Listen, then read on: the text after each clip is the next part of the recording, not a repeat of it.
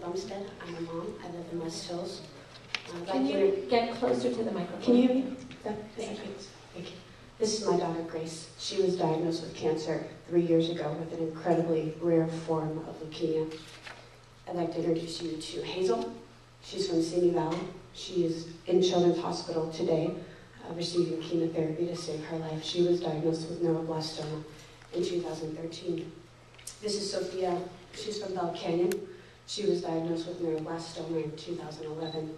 She died a year and a half after her treatment. This is Bailey. She's from Chatsworth.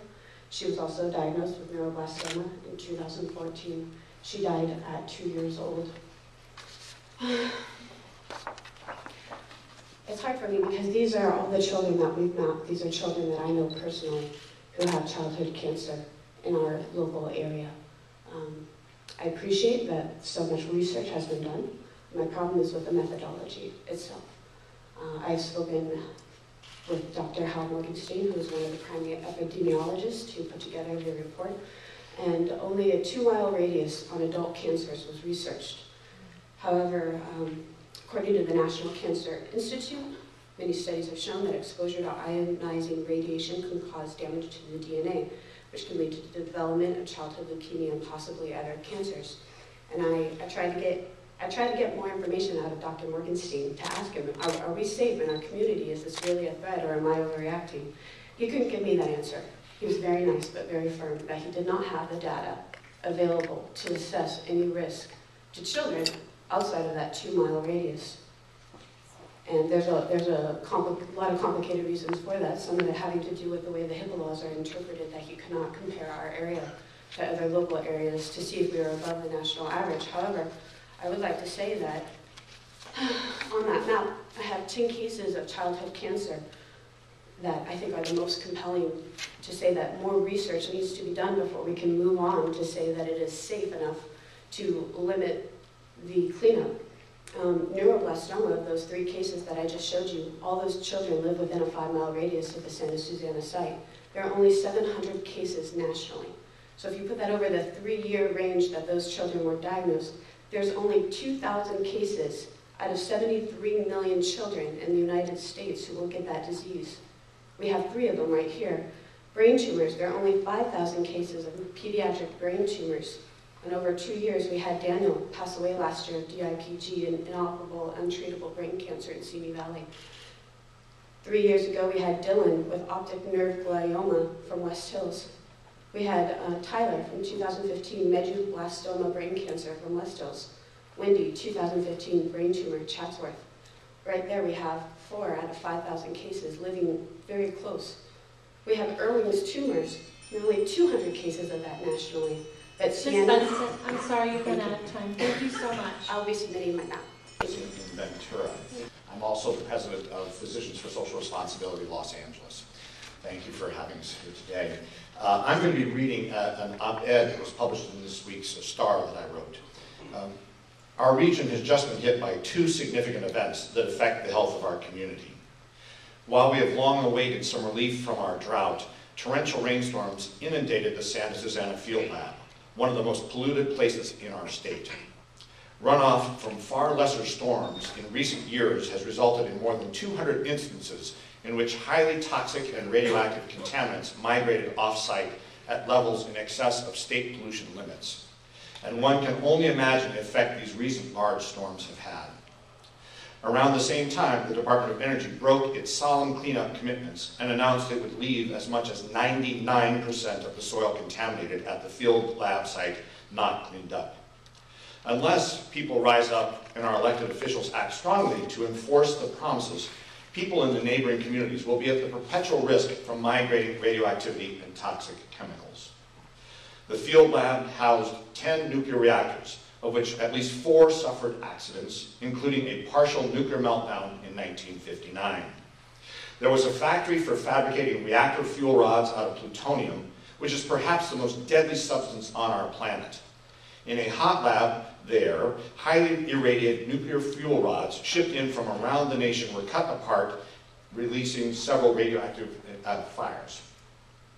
It illegally burned radioactive and chemically hazardous waste in the open air pits, by shooting barrels of waste with rifles to ignite them, with the toxic plumes blown over surrounding communities. It conducted tens of thousands of rocket tests, many using very dangerous fuels, and then flushed out the engines with 1 million gallons of toxic solvents that were allowed to simply percolate into the soil and groundwater. The result of this shameful violation of basic environmental protections is widespread contamination of groundwater, surface water, and soil with strontium-90, cesium-137, plutonium-239, perchlorate, PCBs, dioxins, heavy metals, volatile organic compounds, and more. And because the site sits in the hills overlooking more than 500,000 people within 10 miles, the contamination wants to flow off-site to places and people below. This site has been fined more than $1 million in recent years for allowing pollutants to migrate off property at levels deemed unsafe for people or for the environment. And as long as the site doesn't get cleaned up, that will continue. I'm going to have Kristen Story continue.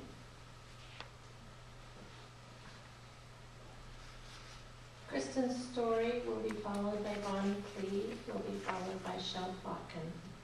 My name is Kristen Jensen Story. I'm an educator and resident of Ventura County. These awful materials cause cancers including leukemia, genetic defects, neurological and developmental disorders, and other health problems. A federally funded study by Dr. Hal Morgenstern of the University of Michigan found a greater than 60% increase in key cancers in people living near the site compared with people living further away.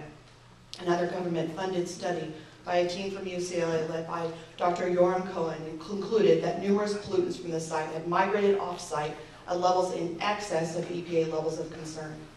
For these reasons, the community was joyous in 2010 when the Department of Energy and NASA signed legally binding agreements with the California Department of Toxic Substances Control, requiring all contamination that could be detected in the soil to be cleaned up by 2017. It is now 2017, and the cleanup hasn't even begun. And the DOE just issued a draft environmental impact statement breaking the 2010 cleanup agreement and saying it will only consider 3 options, none of which comply with its past commitments. One would leave 39% of the contamination in place. A second would leave 91%.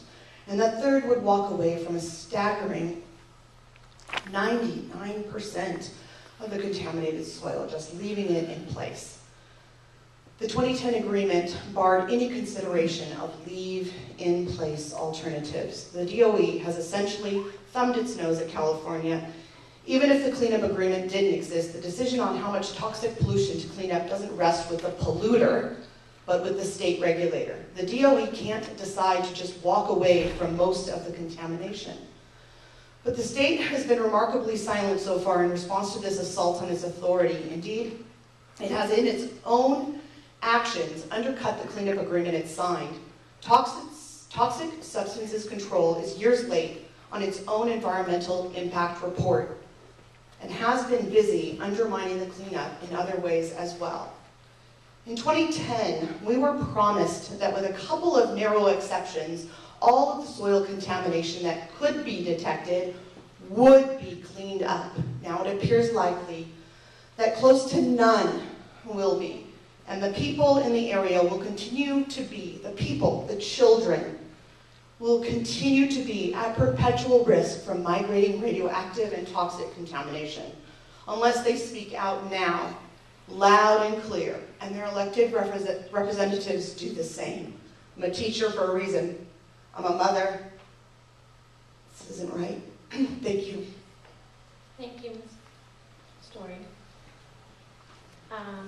Bonnie Klea will be next, followed by Sheldon Plotkin, and then Denise Duffield. My name is Bonnie Klea. I'm a resident of West Hills.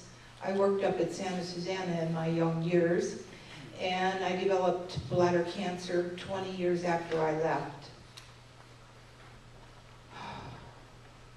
I got involved with the work group, started saving their handouts.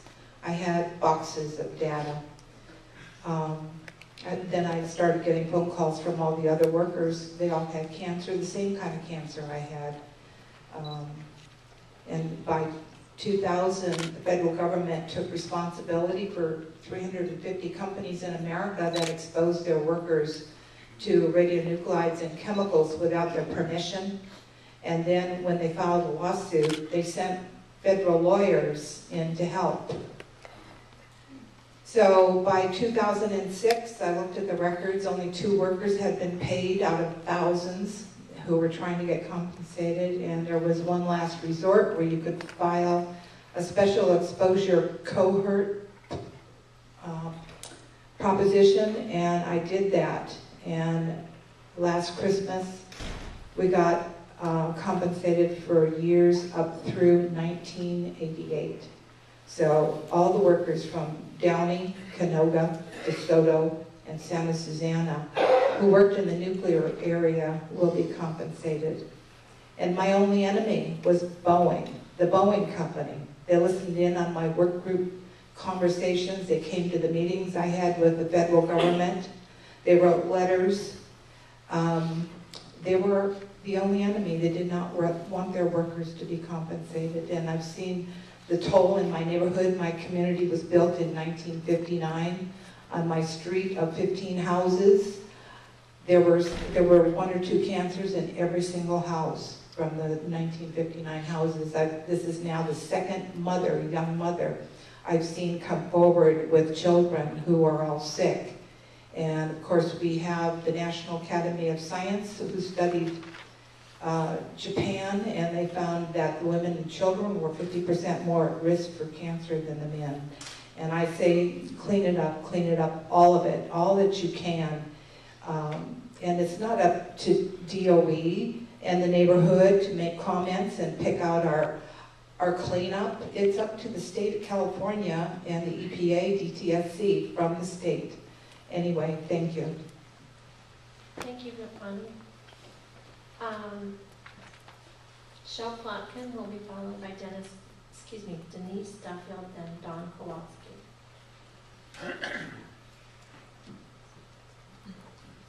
I'm Sheldon Plotkin. I'm appearing here on behalf of the Southern California Federation of Scientists, which has been involved for nearly 40 years trying to get the Department of Energy to take responsibility for the contamination it created at Santa Susana and clean it up. We are deeply concerned that DOE has once again demonstrated that its word cannot be trusted and that it has now broken the legally binding cleanup agreement it signed in 2010. DOE and its predecessor agency, the Atomic Energy Commission, historically acted as if they were above the environmental laws of the country and that apply to everyone else. They consistently broke fundamental rules about protecting the environment, ending up polluting soil, water, and air at scores of nuclear facilities around the country. Santa Susana, elementary safety rules were ignored. 4 different reactors suffered accidents. In 1959, 1 reactor released radioactivity. A few months later, a different reactor suffered a partial meltdown in which 1/3 of the fuel experienced melting. Essential safety rules were simply ignored. In that case, after an accident in which power ran out of control exponentially and they could barely shut down the reactor, they inexplicably started it up again a couple of hours later without having been able to identify the cause of the problem. They ran for another 10 days or so in the face of clear evidence of a failing reactor with radiation readings so high that they were off scale. In other words, radiation levels higher than the monitors could record. Radioactive material was intentionally released into the environment for weeks And then, true to pattern, they lied about the accident and tried to cover it up. In 1964, another reactor had a very similar accident, and they pushed it up running for a year in the face of clear evidence that the fuel was failing. 80% of the fuel was damaged. A few years later, sloppy safety practices led to another accident where, again, they kept running it for many months with failing fuel, leading to a third of the core being damaged. There were radioactive fires in the hot lab, where highly irradiated nuclear fuel was disassembled. And for decades, they were illegally burning radioactive and toxic chemical waste in open burn pits. Mr. Plotkin, I need you to conclude your remarks. Okay. Thank you very much. I'm sorry. Thank you. Denise Duffield will be followed by Don Kowalski and then Mark Osikow. Denise Duffield, I'm the Associate Director of Physicians for Social Responsibility, Los Angeles. I also serve as the coordinator of the SSFL work group. Physicians for Social Responsibility has been working for over 30 years for the SSFL cleanup.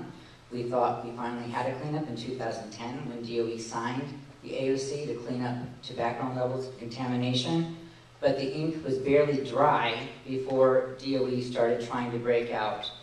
In 2014, just after telling the SSFL work group meeting that DOE was committed to upholding the AOC, DOE issued a public scoping comment for the EOS that violated the AOC by considering on-site disposal of contaminants.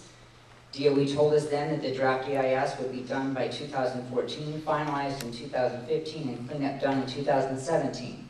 But DOE delayed publishing the EIS until now, when it knew several key elected officials who supported the AOC would no longer be in office. It's not really a surprise to us then that this DEIS violates the AOC, with all 4 alternatives leaving dangerous nuclear contamination on site. What is surprising is the lengths that DOE has gone to avoid cleaning up SSFL.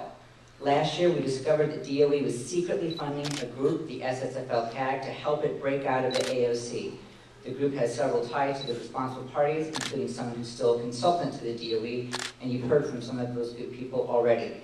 According to the minutes of the group, DOE asked the gift to be kept anonymous because, according to the chair, it did not want to get a call from Senator Barbara Boxer. DOE will not release the grant application, the contracts, or the terms, so all we know is that DOE is paying this group $33,000 a year with our money to fight the cleanup, and we don't have access to any of the documentation. At the same time, DOE reneged on a commitment to an independently administered community fund, causing over a dozen community groups near DOE sites throughout the country to lose funding, including the SSFL work group. Then, for this DEIS, DOE has tried to prevent those who want the cleanup from participating by refusing to provide an email address for comments. Once we discovered the correct email address, which we used for the public scoping, DOE disabled the email. DOE's DEIS has missing documents, which now there's no way to easily get those documents. DOE's also refused to allow community groups to present a few slides at this meeting with no good rationale, except trying to prevent the public from hearing more about how DOE is breaking its cleanup obligations. This EIS is atrocious. All of the alternatives break the AOCs and risk public health.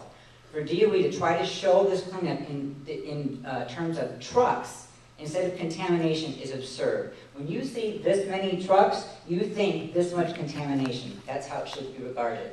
This document should be tossed, and DOE should just follow the AOCs. Thank you. Thank you, Ms. Duffield.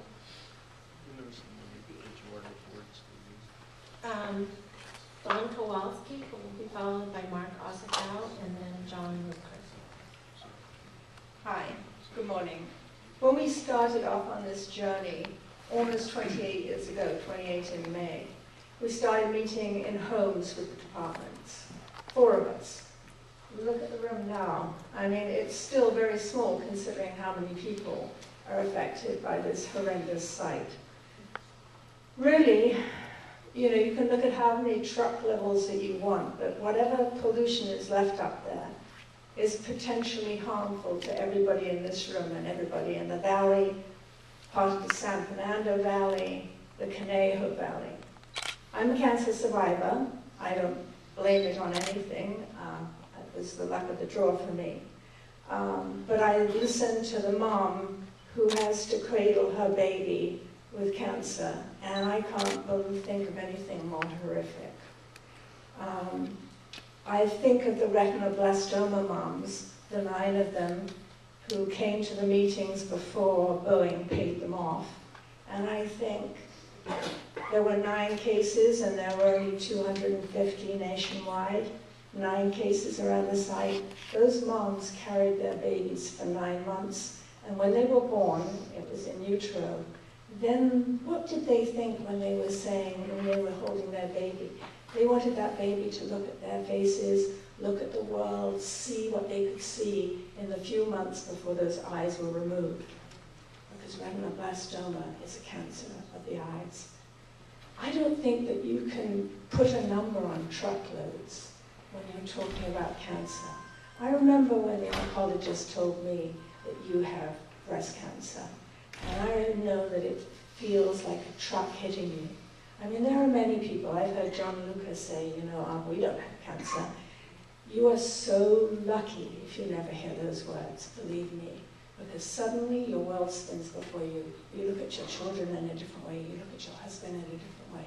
But to have to take on that when you're a mom, and to have to look at your child and know that your child is facing the biggest challenge of its life, and you've only had precious little time with them, I cannot even imagine what that is. And I think everyone in this room has to think long and hard and clearly about what legacy they want to leave on this site. Thank you. I'm Marie Mason, and I live in the Knolls right below this facility. All of you know me. I laid in my bed last night listening to the 2 creeks that run through my yard, just roaring through my yard, knowing I was coming to this meeting today. Can you just hang on? There's a lot of conversations in the room, and I'd like to please limit that so we can focus our attention on Ms. Mason. And although it's just been stated that perhaps my yard's contaminated, how did it get contaminated? I live right below this site. And John, you made a commitment to us. I've heard you say it over and over, you were following the AOCs. This report doesn't follow the AOCs. And if you look at all the trucks that are going to come down, maybe it's because they're all going to be full of dirt that needs to get off that mountain.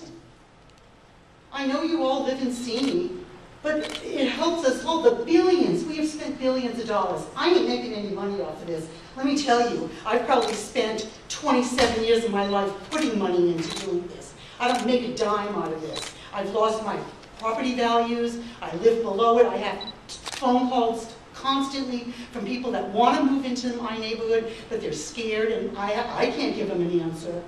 I think we need to follow the AOCs. I think Ventura County, I don't even see anything, and I have to be honest, I didn't read every page of your report yet, but Ventura County, you're supposed to follow what it's already zoned. And there's no talk about that. We act like we're just going to leave it all there, and Ventura County zoning laws don't have any impact. They do have impact. This needs to be cleaned up. We've wasted billions and billions of dollars doing this. We spent $42 million on the study that we were all part of. And we know where the stuff is. So why are we playing around and playing games with this? This is ridiculous. We need to clean up this mess. I'd like to have died. I'd like the end of my life to be knowing that one thing was done and it was over. That my grandchildren that could never play in my creeks as they were running through my yard, and my girls loved playing in the creeks. I wonder what I exposed them to as they ran through the creeks. I've never let my grandsons play in the creeks. I tell them, no, sorry, you can't even go down in there. Maybe there's nothing there, but maybe there is.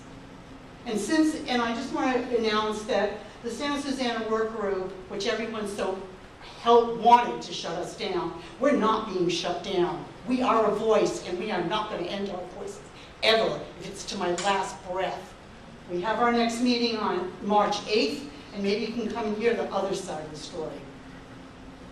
Program on Environmental and Nuclear Policy at UC Santa Cruz and the President of the Committee of Virginia Gap.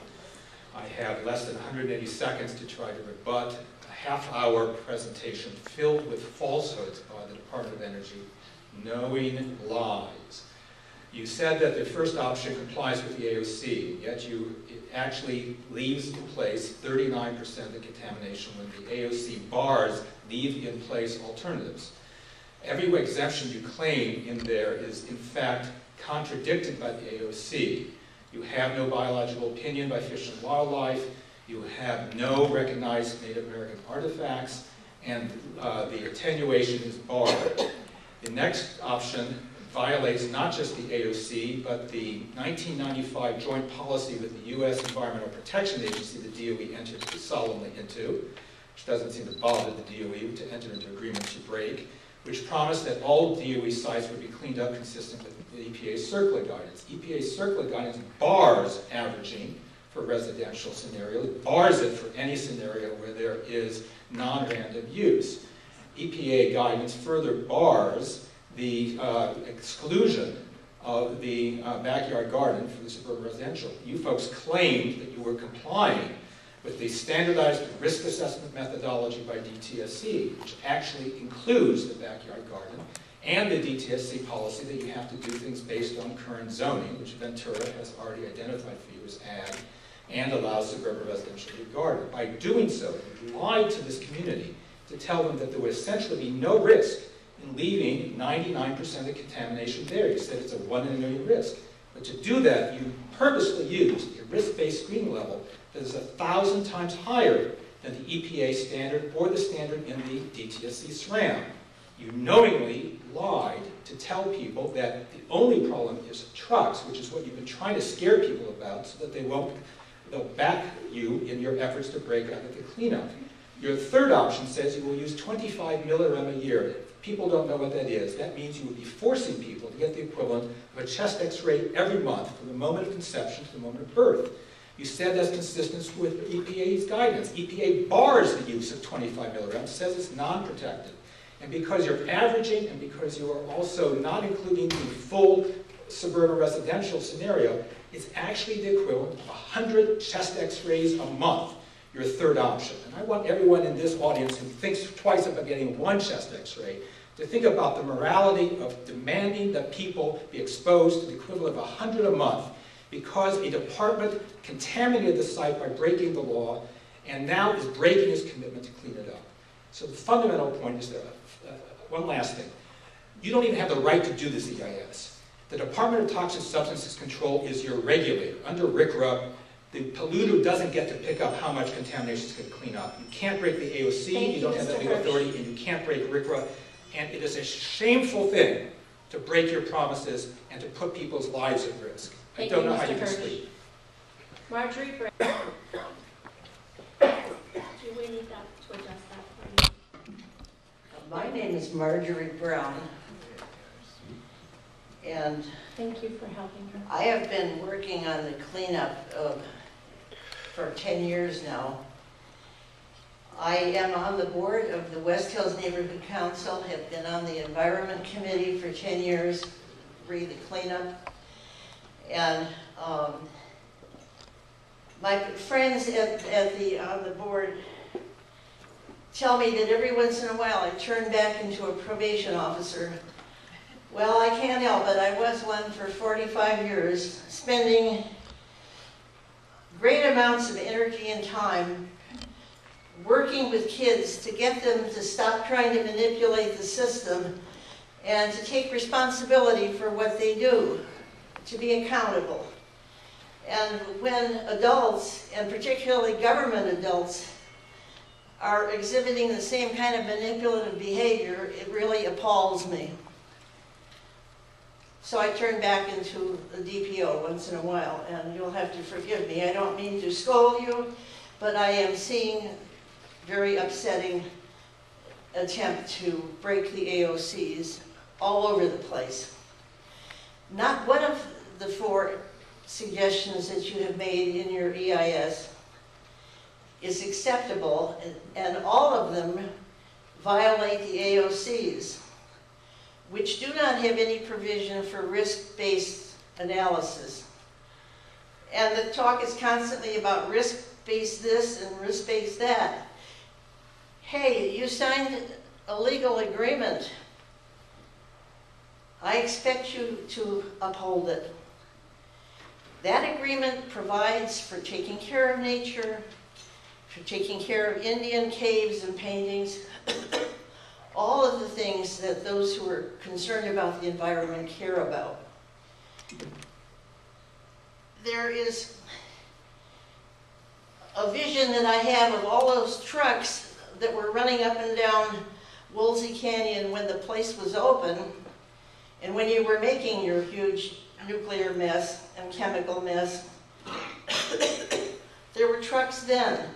I am getting very tired of people trying to scare some of us about the vision of all these trucks running around, spraying contamination and particulates and all this stuff that will cause cancer, and now they've found dementia. It's not going to happen. There's a railway that's a block away. Please consider some other alternatives, and please carry out the AOCs which you signed. Thank you. Thank you.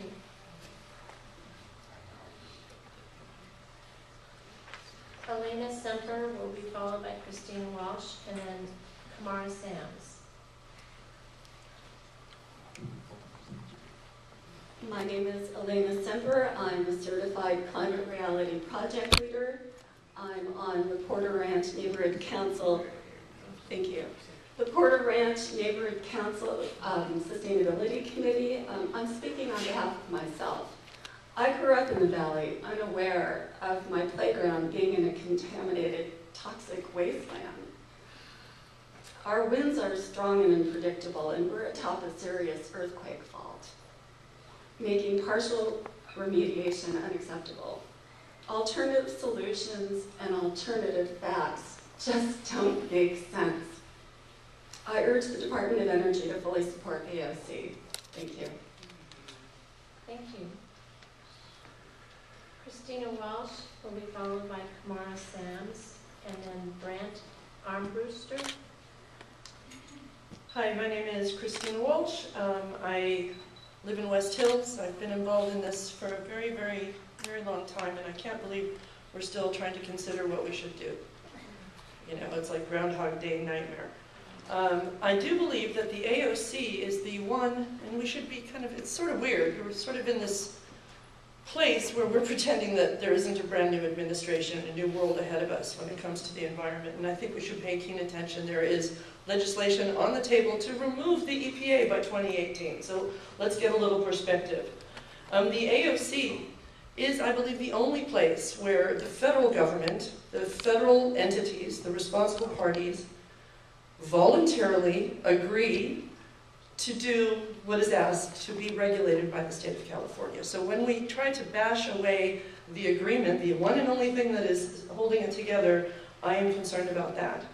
I'm also concerned when I see a republished chart that is distributed to the public by the CAG that shows the alternatives, but they're all marked AOC, except for no action. So that really, really, really is disinformation. That isn't alternative facts, that is fraudulent, false activities that harm the community. This is supposed to be the opportunity to be able to shape what this cleanup looks like. So we don't do crazy. No, we don't want crazy either. But it seems that we're always pushing against do nothing. So we have to push hard, and we've been pushing for a long time. The cleanup options, when I look at those alternatives that you show, the one with the really big number of trucks, and the really big number of soil and years, all of that, it also shows that on that alternative, you require that you remove all the roads and everything, but you don't in the other one. So I do agree with the people that have said that there is a false exaggeration of how many trucks that there might be, instead of a real effort to try to deal with near background. It is not a one-page, one-word agreement that says background. It is a 45-page document with lots of addendums that show how we have to adhere to those exceptions. And I expect you to adhere to the exceptions. They are important. They are the way to make this reasonable and safe. Both can be, excuse me, I'm sorry about that, too close. I also want to clarify a few things. And I appreciate the woman who came forward with all those pictures of those children. That's something that we need to remember. We need to remember what has happened here. We need to not, in CAG meetings, I've seen the CAG leadership say to Bonnie Klea, bring those cancer victims to me. Show them to us, as if they are false, as if we are making up children. I think we know that that is not the case, and it is not appropriate to do so. I founded the CAG, so here I am. The fact is that I was pushed out because it was not allowed for me to make a presentation that countered the radiation is good for you presentation and consensus that was mandated. Thank you very much. Kamara Sams will be followed by Brent Armbruster and then Alex Kim. Hi, I'm Kamara Sams and I'm with the Boeing Company. Thank you for this opportunity to provide comments on the draft EIS. Boeing is the owner of Area 4 and the Northern Buffer Zone of property that is primarily under evaluation in the draft EIS. We look forward to continuing to work cooperatively with DOE and NASA as cleanup activities at Santa Susana are implemented. Boeing will be submitting written comments on the draft EIS, but we wanted to take this opportunity to express our support of your agency's approach to its analysis under NEPA in preparing the draft EIS. NEPA requires a statement of the purpose and need for the proposed action, and DOE properly concluded that it is to remediate its portion of the site to protect both human health and the environment. The applicable federal and state statutes mandate this purpose. NEPA also requires the consideration of alternatives that will achieve the same purpose of reducing risk, but will cause fewer or less serious environmental impacts. We support DOE's decision to evaluate alternatives to an AOC lookup table values cleanup. We appreciate DOE's acknowledgement in the draft EIS that Boeing, as the property owner, will permanently preserve the land as open space. There will never be homes, gardens, or any agricultural use. The draft EIS demonstrates that the AOC lookup table values cleanup alternative is at odds with the future use of the property as open space because it would profoundly disturb natural resources, ecosystems, wildlife habitat, and wildlife corridors, resulting in decades-long or permanent damage to these irreplaceable environmental resources. The lookup table values cleanup would also impose on the community a decade of unnecessary truck traffic with increased emissions and traffic accident risk. Boeing supports a reasonable cleanup of the site that fully protects people, wildlife, habitat, and cultural resources. As the property owner, Boeing is pleased that your draft EIS acknowledges that alternative approaches to remediating Area 4 and the Northern Buffer Zone will be protective of human health, shorten the cleanup schedule, reduce impacts to adjacent communities, and limit damage to Santa Susana's unique biological and cultural resources that are worthy of protection. Thank you. Thank you. I have 4 general points to make. The first one is that there is a May 2012 DOE document, which was referenced in an earlier public comment, called Public Participation in Development of Alternatives to be Considered in SSFL Area 4 EIS.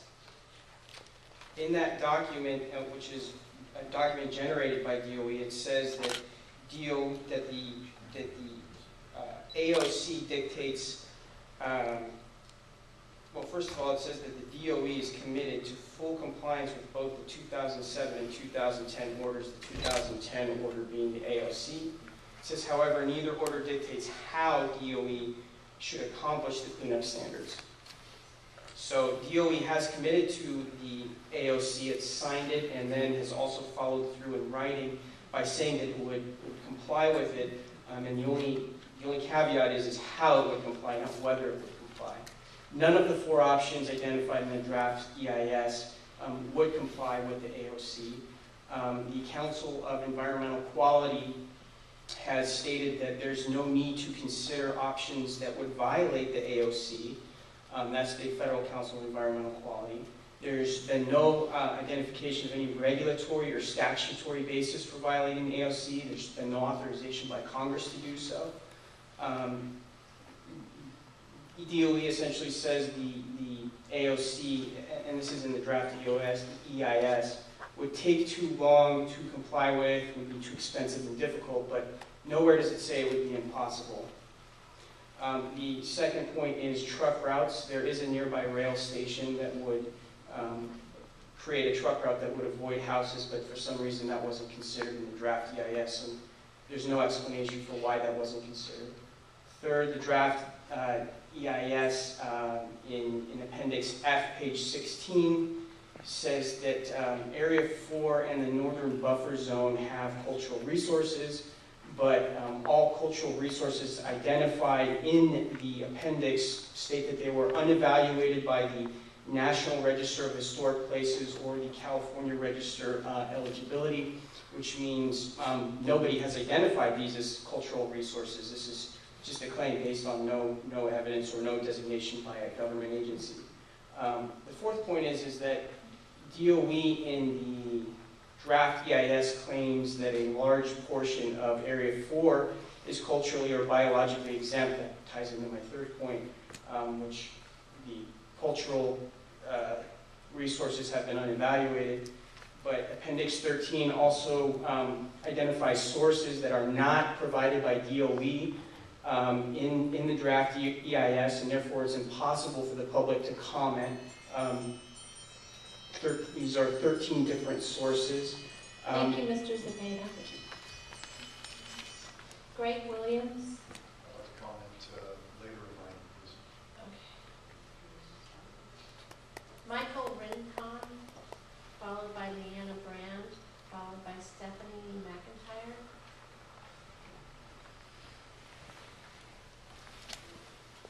Fancy mic.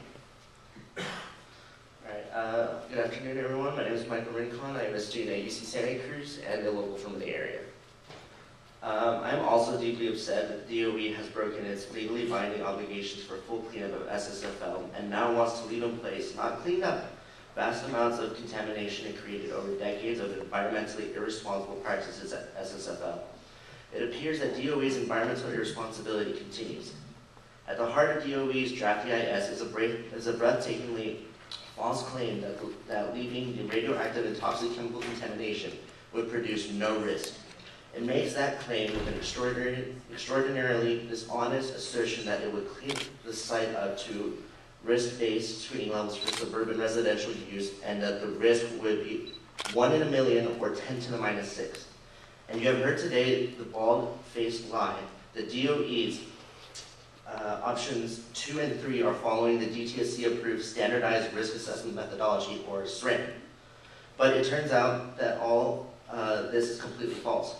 A tiny footnote on page S31, number 22 of the DEIS summary indicates that DOE is not, in fact, using the suburban residential risk-based cleanup levels from the SRAM, but has left out the major required exposure pathways and, in the end, using values that are 1,000 times higher than the standard suburban residential goals. In other words, the levels of the contaminants DOE proposes to leave behind are 1,000 times higher than would be the case were they to use the correct suburban residential risk-based screening levels. They only consider they only consider the trivial portion of that risk, things like getting soil on your hands and leaving out the required main risk, your kid getting an apple or a tomato grown in your backyard, and where the contaminant gets into their body and stays there for a long, long time, damaging genetic material of cells and producing cancers. To show how false DOE claims of no risk are, one need merely look at the detailed risk assessments prepared by Boeing for contaminated portions of Area 3, which is about DOE's Area 4. One facility which actually lies in part in Area 3 and part in Area 4 is estimated by Boeing to produce 3 times 10 to the negative 1 excess cancer risk. In other words, 3 out of 10 people would get a cancer from the contamination. Another area nearby has an astonishing 9.6 times 10 to the negative 1, which is about 96 out of 100 people would get cancer from the contamination. That is 1,000,000 times higher than the risk. That is 1,000,000 times higher risk than the nonsense risk assessments DOE is putting forward. Even after cleaning up to the same standards DOE is now proposing, which violates the AOC, Boeing estimates would remain 3,000 times higher than the 1 in a million risk level DOE claims. And that is far outside the EPA and DTSC acceptable risk range. Thank you, Mr. Rincon. Thank you. Did I pronounce that wrong? Rincon? Yvonne will be followed by a recall for Grant Armbruster. Hi, good afternoon. My name is Yvonne Brockwell, and I'm a resident of Thousand Oaks. Moved to Simi Valley in 1975 and played in the streams all of my life, and continue to play in streams as I participate in a citizen science program doing stream water samplings in Malibu Creek watershed for the past 5 years. First of all, I'd like to say thank you to all the watchdogs and activists in the room. I look forward to joining you in March and learning more. I didn't intend to speak today. I have a vocal cord injury from surgeries to remove my thyroid due to thyroid cancer. But after hearing from the woman with the Historical Society, I'm compelled to share this poem that I wrote after attending a session a couple of years ago that was led by the Ventura County epidemiologist while we were reviewing the state of California breast cancer cluster maps. So I hope I can let me read this to you very quickly. Cancer Cloister. Affluent or effluent? There's an elephant in the room. Overlay some maps, you'll see how we wrought our doom. A great big tier of cancer drops from every single scene, where our weapons were engineered and falsified with schemes of a race to space, where man-made gods hailed the skies and crossed profit with pride. We all cashed in, now didn't we? All innocence cast aside. What were we protecting while we lined our streams with filth? Radionuclides, perchlorates, defile the mother's milk. It's murder on the right, death bereft the left. Disease meanders, it doesn't take sides, and there's no comfort in the broken breast. We made this bed, and we lie in it. Every follicle and scream. Mother isn't feeling well, and the payout was a dream. Who holds her head and her expensive wig as she vomits in this toilet that we made of life? Now, who's cashing in? Welcome to the backdoor payment for war. Thank you.